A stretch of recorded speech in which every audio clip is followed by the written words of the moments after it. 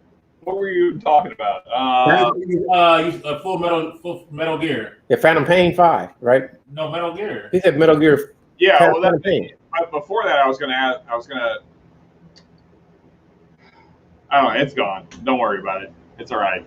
Yeah, but the reason I talk about the NVIDIA Shield, because I game on PC a lot, and almost every game that you can get on PC, you can stream. So you can, like, let's say you like PCs generate a lot of heat. The NVIDIA Shield is so small, it don't generate heat, and you can, if it's on GeForce that's what I was going to ask. Okay, mm-hmm. So I have no idea what you're talking about, Charles. What is NVIDIA Shield? NVIDIA Shield is best way to explain it. Imagine a media streamer, TV, everything like a souped up Apple TV. That's what it is. It's when you put a hard drive on it, and it can stream all your games from PC. So if you got it on the Steam or Epic and it's available, you can. So I can, like Hollow Knight. You like it's not even big. It's about as big as 2 cell phones, right? Put 2 cell phones together. That's how big the NVIDIA Shield is. You hook it up to any TV. So question then. So do you need to have a Steam account for that to be useful? Yeah, but you don't need it. Like if you have it, like you don't even need a PC, because if you have good internet, it can stream it. So you don't even need a PC. You can just have a Steam account, buy some games, and then play PC quality games off your NVIDIA Shield, and never even own a $2,000, $3,000 PC because it's streamed that good. That's what it's like. Plus, you can play any Android game. So, well, not any, but most of them you can sideload onto them, and you can play Stadia. You can all your apps. So it's like the ultimate streaming thing. It has the same power as a Nintendo Switch. Exact same power. Yeah. They can run Nintendo Switch games on it in Japan. That's what it's like. It's so. What's the cost of this device? Because I'm looking for a good way to stream. Honestly, I'm not gaming that much now, so I don't know if that side of it would be that useful to me. So it would have to be cost effective for me to want to invest in it. Okay, they got 2 versions. They got the Pro and they got the TV. The TV costs $149. The Pro costs $189 to $199. You can catch it on sale sometimes $179, $169. Yeah. You can either you can add SDs or a scan this card and bump up the internal memory. The storage to whatever you want to pay for it. So 2 terabytes, and you can turn it into a retro gaming machine. So you can install Dolphin, play all retro games. You can buy a whole Sega Genesis on it, Dreamcast on it. It play everything up to I think PS3. So you can play all PS3 games. You can play Nintendo Switch games if you can get the ROMs for it. Play all Nintendo Switch games, play all Android games, and you can also stream games. So if you got a good internet, you can stream. I play Jedi Fallen Order, streaming it from Stadia on my NVIDIA Shield. And I can also play anything that I can get from GeForce Now. You can look it up. Any game that's popular, like No Man's Sky, looking just like it's on my PC, looking better than PS5 and all that on the NVIDIA Shield, because depending on the internet, you can up the quality. And if you pay for, like I pay for the GeForce Now membership, which is like $99 a year, but then it let me turn on all these, like the new graphics card, ray tracing. So instead of having to buy $1,000 graphics card, I can play Control with all the special effects for just, it's so dope, man. It's the NVIDIA Shield. If they didn't have, like you said, console specific, only on PS5, it would make you never want a console again. It's that dope. It's so awesome. It's like it's Nintendo Switch that's free. So what I mean is Nintendo Switch can play Nintendo games, but the NVIDIA Shield came out before the Nintendo Switch with NVIDIA's own chip that was much more powerful, or the same powerful as the Nintendo Switch. And they let it open so people start messing with it, and so you can make it better. You know what I mean? So it's awesome, man. So Charles, I'm reading Matrix comments here though. So let's have a debate: Matrix and CG3. So I get what he's saying. I know he's saying that because it's old, but they updated it. They came out in 2015. They updated it in 2019, and it's like a lot of things. The software more than the hardware. So it's the software that makes it so awesome, not the hardware. To me, in my opinion, in the things that it can do. But you can like get a Chromebook or other stuff and still web stream. But I think that the NVIDIA Shield itself, just like Nintendo Switch, because that's really what it is. It ain't obsolete yet. Yeah. So the Switch ain't obsolete yet. So it's like the PS4 is not obsolete yet.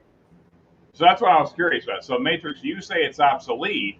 So then what is in your perspective, what do you think is better then? Nothing. There's no better streaming service, no better streaming device than that. Nothing. There's nothing more powerful for that purpose. Nothing.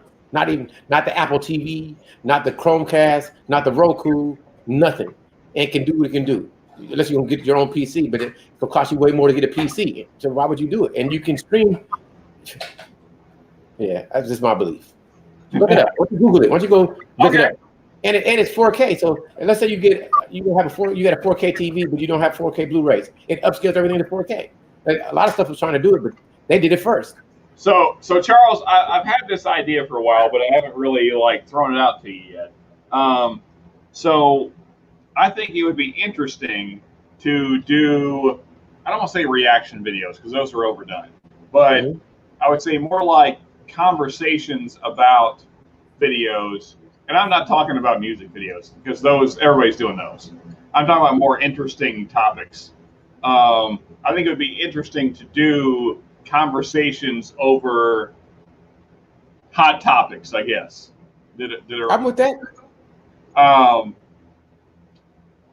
I think that we're like-minded enough that we wouldn't, get into arguments, but at the same time still have interesting conversations. But the thing, I don't know how to go about doing it, and that's why I'm throwing it out to you. I don't know how to do it either. Let's just talk and make it happen. I mean, because so here's the thing: is as I've said before, when I started this whole YouTube journey thing, I had no experience in this at all. I bought a cheap camera and started filming and started putting videos up on YouTube, and here I am. But this is not my, I'm most comfortable in the woods shooting a deer, not putting videos on YouTube. But I love whiskey, so this is what I'm doing. But so with that said, I think there's a lot of topics like we were talking about earlier that I think we could break down in an interesting way that I think people would enjoy. And like I said, I'm not interested in. I mean, we could do music because I love music, but I think there's more important stuff that we could break down that would be more interesting. So I'm down for whatever, man. You can call me. We can discuss it. I don't. Ryan said he had an idea. What idea do you have? I think if it's to the point and stay on the topic of whatever is relevant, then it should go 10, 20 minutes, and you just go, how do you guys feel about it? I think it'll work. I enjoy your arguments. I love that he's staying fast on his views. I love it because if you know me, I enjoy it. It's fun. I'm gonna try to make my point. If I'm wrong, like when we had our conversation earlier in the week, I feel the same way. Like a good debate to me is like exhilarating. Like I don't get offended. It's more like I want to hear your ideas because I want to see. Because I'm constantly looking at new ways to view things, right? Yeah. So if you have something interesting to say, then I want to hear that because I want to see, okay, so how does that fit into what I believe? Does that contradict what I believe? And if it does, then do I need to reconsider what I believe? I hear you. And I think that everyone should do that. I think everyone should look at outside beliefs, especially if they're contrary to what you believe, and see, okay, how does that fit into what I believe? And if it contradicts what I believe, then should I reconsider what I believe? I agree with you. I totally agree. I do. I would love to do it. We just have to figure it out how to do it. That'd be fun to me. We can, whatever. Yeah. I'm with it. Producer B, get on it. That's what your job is. He is the producer. I'm definitely not the producer. Yeah. I got a few ideas and I can talk some, but that's about it. I can find the topics. It's just that you guys have to come together to do it. I can find them all day. So my only thing is I don't know how we can get like picture in picture in picture. So we got the two of us, and we need like a screen somewhere here that we're viewing. I'm sure it's doable. I know how to do it. If we're doing live, I can do that easy. But editing, he can do it.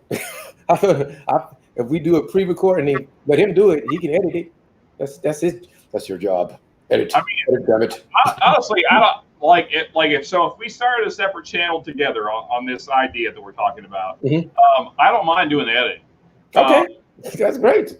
It's just I don't know how to do the execution. That's where I don't know how to make it look good on the screen itself. I don't know how to get the picture in picture, and the live and all that part.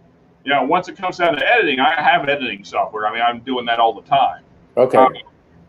It's just getting the initial execution down in a way that looks good that I'm not sure about. Well, yeah, some stuff I don't mess with, like OBS, but I know how to use StreamYards, and the way you can set it up is you can fix it any which way you want. So it's not that difficult. I'm down for whatever. I just enjoy good conversation myself. I just want to discuss whatever, agree or not. This is talk it out, and then it is. And I'm just going to throw it out to whoever is. How many viewers we got right now? Of course, I think we have Matrix for sure. Who else is paying attention to the words that are coming out of her mouth? You never know. Some people, it's never accurate. So it's like it could be 5 people and it would show 0. So you will never know. And if you see it says 0, and then you get 3 different people hitting you up. So you never know. You never know who's watching you and how it works. What are we showing right now, just out of curiosity? On my screen, it says 0. A second ago, it said 1. And before, it said 0, and we have 3 or 4.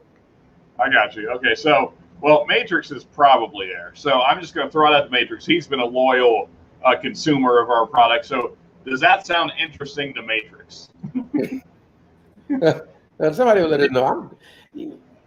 All you got to do is be yourself, and hopefully people will. Be yourself, and then it'll work. Yeah, that's what I think. Just do it. That's going to happen regardless. He said, He said, He said, So he's there, but you can't. From our end, we can't see that he's there. Yeah, so that's what's so crazy. I talk about myself for a second. Of course, the conversation would be done over whiskey. I mean, how else would we do it? Yeah, yeah, I'm with that. Like for me, if he says it's fine either way, whatever, it's all good, man. If you want to pick it, I'm down. We'll work it out. Now, I want to be clear that this would be a separate thing from what we're doing now. I understood. I think he does too. So we would still do this what we're doing now. Yeah.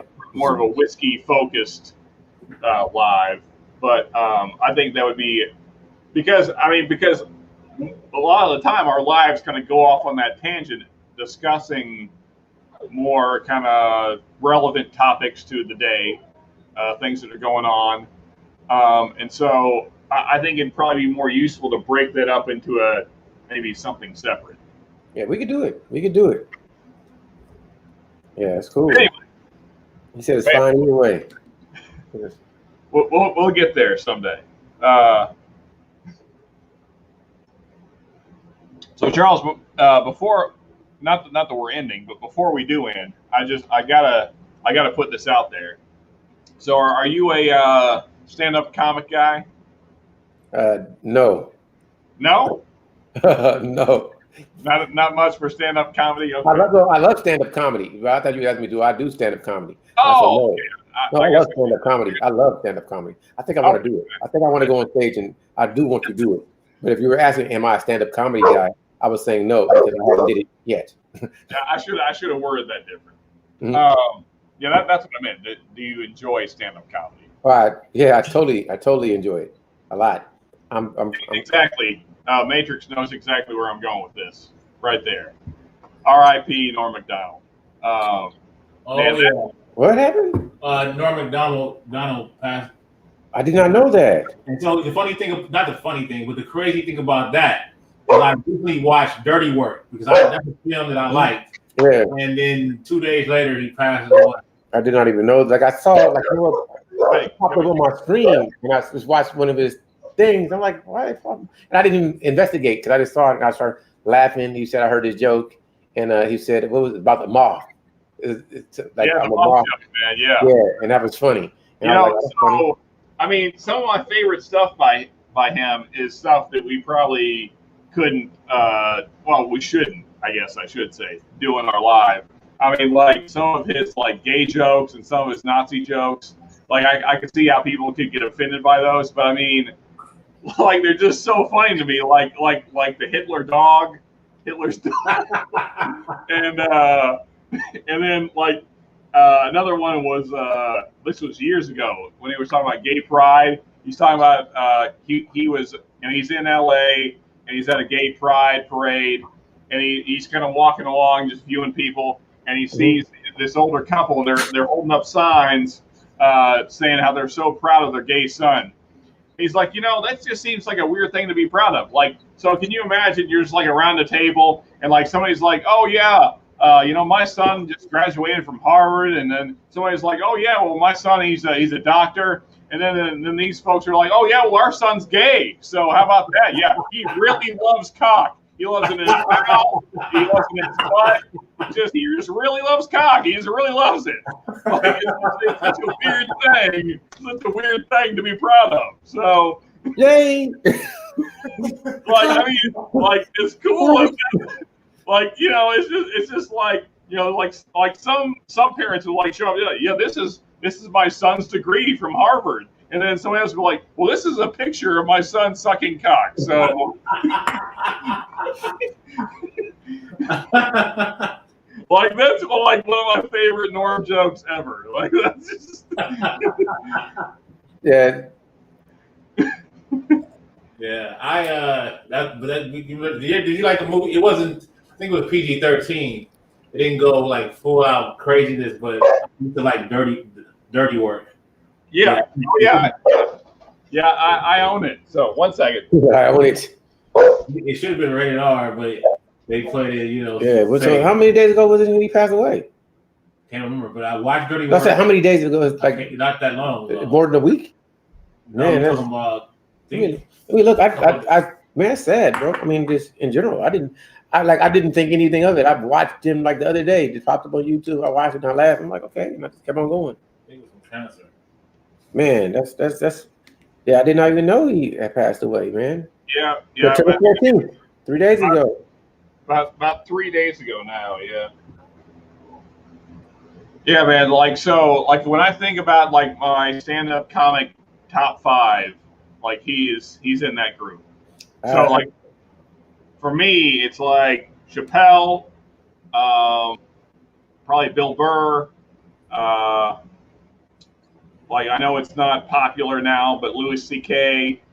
That was my guy right there. Norm Macdonald and Bernie Mac. Like those are my guys. Like I could watch them the rest of my life and be very happy. Ron White was funny to me. What's the one dude? Doug Stanhope, I think his name. Mm-hmm. He was funny. I'm not familiar with him. Now Ron White I like. He'd probably be. I don't know if he'd make top 5, but top 10 for sure. What was the one you just said though? I'm not familiar with that. Doug Stanhope. Doug Stanhope. I don't know if I've ever seen him. Anyway, continue. I saw him. She said, I saw him. My wife's just getting home. He's I. Hello. He's I. Yeah. So I unfortunately I shouldn't have did this. I went back to the Michter's 10 from the Evan Williams. Mm-hmm. Evan Williams is good. Mm-hmm. But and the Michter's 10 is great. Well, it better be. I mean, how much was that Michter's 10? We got it on. I can't remember. Retail. It wasn't that expensive, like 100 something. Was it? Was it 100 something? Yeah, I think it was. So the funny thing was on Whole Foods, and it said it was the whole thing. The rye it's a 10-year rye, right? So it had the picture of the rye, but when you ordered it, it was this one. Yeah, so it was like 100 something. I want to say 100 something. It wasn't. I can't remember exactly. I want to say. So let's think about that in context. So Evan Williams is like $15-20, like 1/6 the price at least, maybe 1/7. Mm-hmm. So that considered, it's pretty good. It's very great. I mean, you can't bang for the buck. I think it's fantastic. Like I'm smitten. I'm blown away. I had watched something where it was the same. I think it was a shelf turd. I think it was Evan Williams Bottle and Bond against Henry McKenna 10. Mhm. And I think it was the same mash bill, Mhm. but I may be wrong. This is okay. Ain't got no more Henry McKenna 10. See, No. yeah, but I would think like I'm like Sean when it comes to the price destroys everything. So Yeah. I can get something that's $150 or $200, or I can get something for $20. I'm going to the $20 all day. Not that I don't like. I appreciate it. Like when you guys were talking about Scotch, I think he would enjoy the Blue Label. I think Blue Label is fantastic, but for the price, I can see why he would say, "No, I'm not going to drink it." You know what I mean? What is it like 170? Yeah, it's like how much is it? Like 179 or something like that. Yeah, so I can see. But I'm trying to say, what I think that makes a difference, what I've seen is that the same juice, but if it's in the bottle for like years, they should say something's like what 9 years, and then it's 18 or 20 something years. That's when you see the difference in it being aged. I mean, that's what I've noticed.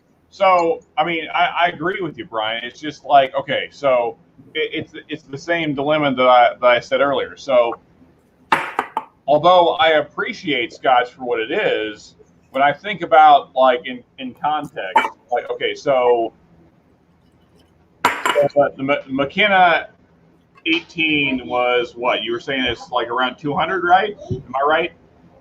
The Macallan 18, yeah, like around 3. Yeah, I'm sorry, Macallan, yeah. So when I think about the bourbon equivalent to that, like what could I get for $200 bourbon-wise? That's where I feel like it doesn't stack up. Because I own a couple of $200 bottles of bourbon, and now, granted, I haven't had the Macallan 18, so maybe it's vastly different from the 12. So what's your favorite $200 bottle of bourbon? I want to know. Probably, I had a George T. Stagg. This was about a year and a half ago. That's probably my favorite. And then this Pfeiffer Pavitt is up there as well. This XO, Pfeiffer Pavitt XO. Now I've tried several. I've had the Eagle 17, and that's around that price range, MSRP. Yeah, I mean, I think in general I prefer the bourbon profile. I think that's what it really comes down to. I can agree with you on that because I am the same way now. The more that I have tasted bourbon, I do understand why a lot of people do not like Scotch, because Scotch to me is a little bit. It seems kind of like a stronger Cavassier, if that makes sense. Like it's soft. Yeah, it's just softer. I agree. Like the bourbon is more bold to me. The flavors hit me. Where to me the Scotch is more. It's kind of something more fruity. Yeah, it's more subtle. It's more, like you said, fruity. And if that's what you're in the mood for, then that's fine. It's just that, like we were talking earlier, like the the Elijah Craig barrel proof, like that is a bold bourbon without a doubt. So and that's kind of what I'm after is that. Me too. So I never thought about. if you could. So when I compare that flavor profile to a Scotch, it just doesn't stack up. Especially for the price. I'm sorry, there's lots of dog playing. Can I make some jokes? Can I make it sound like Little Monkey from the Way of the Dog getting free? You know what I mean? I'm joking. I gotta make that joke. For some reason, okay, that sound, I don't know why I thought about Winnie the Pooh, but I love Winnie the Pooh. Me too. Well, I love Winnie the Pooh. All right, guys. So I'm a big Winnie the Pooh fan. I love Winnie the Pooh. He's a big Winnie the Pooh. What is a guilty pleasure game? Okay, a game. Okay, now that sounds crazy when I say this, right? Because you don't feel that way. But a game that you like to play that could seem maybe kiddish or a grown man shouldn't play that, but you like the game. Let's see. I have to think about that for a second. I know I got some though. For me, it was Kingdom Hearts. the first Kingdom Hearts I loved. And it was like, why are you playing this game? This is Disney, this is Mickey Mouse. But I enjoyed Kingdom Hearts. You know me, so you know I don't. I know exactly what you're saying. Like that's like me playing. Let me think of a game, Animal Crossing, I guess. Yeah. But I wouldn't care. That's a difference. I like Mickey. Like I care either. So I can't even relate. I know what you mean. I'm just saying. If I had to imagine what I think other people would think that's kiddie, any Mario game. All the games are kiddie games. Yeah. Yeah. For me, it would be like a retro game, probably. Okay, think about this. Was Legend of Zelda a Wind Waker? It looked like a big cartoon, but that was such an adult game to me. Yeah. But it looked like a kiddie game. You see it, but what cartoon are you playing? So you said a retro, but I don't know. So he knows me. So I would never feel like that. Like Monkey Ball on the Wii. Yeah, Monkey Ball. Like that's a total kid game, but I love that game. Let's see what else. I mean, are Metroids kid games? I don't know, maybe not. No. Yeah. See, I play all those. So, like, I get what you guys saying, but the reason it's hard because I don't like. I will actually sit and watch anime or cartoons all day and wouldn't care. I would be watching Dragon Ball or watching anything. I've never played Pokemon, but if I liked it, I would play it in front of anyone. I will sit. Oh yeah. I'm level 40. You better believe it. I'm so inappropriate. I could be at an orchestra. I'm just saying in a tuxedo, and I'll bring comic books and start reading them in the audience.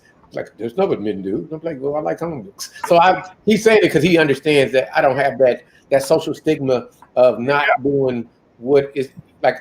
I don't care about being inappropriate. So Charles, that's why I had to like think about it because I don't even like think about it in that context. Like I play what I want to play. So yeah, that's what I'm thinking too. But I know what he's saying with that. Yeah. Were you ever into the Mega Man games? Never was really into them. I played them. Yeah.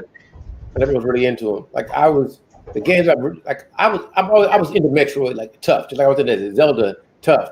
Like I was into Super Mario only like really 3 Super Mario games a lot that I went on my way to play. Super Mario Galaxy, Super Mario World, and Super Mario 64. I have other ones, but I never want to play them like those. I play all the Zelda other than Skyward Sword is the only one I never finished. Every other Zelda I finished. The new one. Skyward Sword just came out, but it came out before, and I had it before. I just never played it. Okay, so you never beat the before one. Never played it. So I try to think. I stick to series I like Metroid. The only one I haven't beat is the one that just came out for the 3DS. Not like that. No, 2 of them I didn't beat. They had a side scroller on the Wii. I didn't play that one either. So I have Corruption, Echoes, Metroid Prime, Metroid Fusion, Metroid Zero Mission. I played all those, and they have one that just came out on the 3DS. I can't remember what it's called. Metroid something. And this one's coming out. It's called Metro Dread. Yeah. You're gonna stream that, right? I'll stream it. Yeah. Yeah, I like certain series. So I stick like Dark Souls and Demon Souls, Bloodborne, which I think is probably one of the best games ever made on the planet because you really pay attention to Bloodborne. What's going on? It did everything that Demon Souls did, except they pushed it. So it's like the world. All the extra stuff is what made Bloodborne better. Yes, they pushed it. So the it was totally new. It was totally psychological because it's in your mind, and it's about getting on a higher plane. It's like that's some crazy dope, and the combat, how it moved. It was. So let me tell you this. I know that there was people that played. They started with Bloodborne, and the fact that they loved Bloodborne so much, they wanted to go to the other Souls series. But then when they got to the Souls game, it was like, why slow? That was the funny part about. Because I think even Dark Souls 3 was a little bit faster, but it was not Bloodborne fast. Yeah. You can see the difference in speed. Mm-hmm. And then when you go farther back down, you talking about it's even slower. Yeah, man. I want to play control. Like I had to figure out how to stream directly from the NVIDIA Shield to YouTube. I don't know. I can do it through a PC, but I want to stream from the NVIDIA Shield. I'm just speaking. Sorry. I had too much fun, man. I'm having fun now. I'm sorry. My brain is all over the place. So guys, I know we talked about it earlier, but we haven't got to this yet. We might as well do it. The Architect. You want to do it? Brian is like, nah, I'm cool. Producer B is like, I'm tapped out. You tapped out, man, on that? No. I don't like the fact that I drunk this stuff. I got you. I'm gonna give it justice. I think like one day where I'm just going to just focus on just the art bag, then I think I could give it. You got energy to drink tomorrow? All right. So do we want to wait till the next live? Is that what you're saying? Live or I'm asking, yeah, whenever you want to do it. When you want to do it? We can do it next Friday. You want to wait for that? Okay. Next Friday we'll do it live and we'll do the art. I want a live reaction either way. Okay, next Friday. We could, if you want to live stream tomorrow. We can do it now. Well, if you want to. Okay. I mean, I can't make it tomorrow. I mean, you guys could do it, but I'd like to be there if you're gonna do it. How about next Friday then? We can wait. Yeah, I can make it. Do it now. You want to do it now, or you don't? Or you want to wait? I mean, what our only viewer says is he want us to. If our only viewers tell us we do Arc Bag, we're gonna do Arc Bag. Okay. Whoever's watching, do you guys want us to drink Arc Bag and give you? How do you think? Is it right? Arc Bag. Hold on. You better pass it to me. So if you want us to do the Arc Bag tonight, we'll do it. If you're not, we'll wait till a different day. So I'm holding it up. All I need is somebody to say, yeah, do it. The beginning gunner said, what's up, Shannon? He says, what did he say? My series are Laura Craft and the first God of War. If you guys wanted to do it, we'll do it. Well, that's funny. We were just talking about what just happened? Frozen up. Are we still going? Can y'all hear us? We were just talking about Laura Craft today. Yeah. Was that today? Yeah, it was. We froze? Yeah, Sean got lost. So I guess it's too late. Probably won't. Okay, we won't do it. It says it's too late. Yeah, so we won't do it. We won't do it. Our distillery lies at the most southerly part of Islay, and our malts is revered around the world at the peatiest, smokiest, and most complex whiskey of them all. Yet it does not flaunt the peat. Rather, the peat gives way to the malt and the natural sweetness of which subtly intrudes, producing the perfect balance. We'll wait because Whiskey Wars is gone. Brother Sean is gone.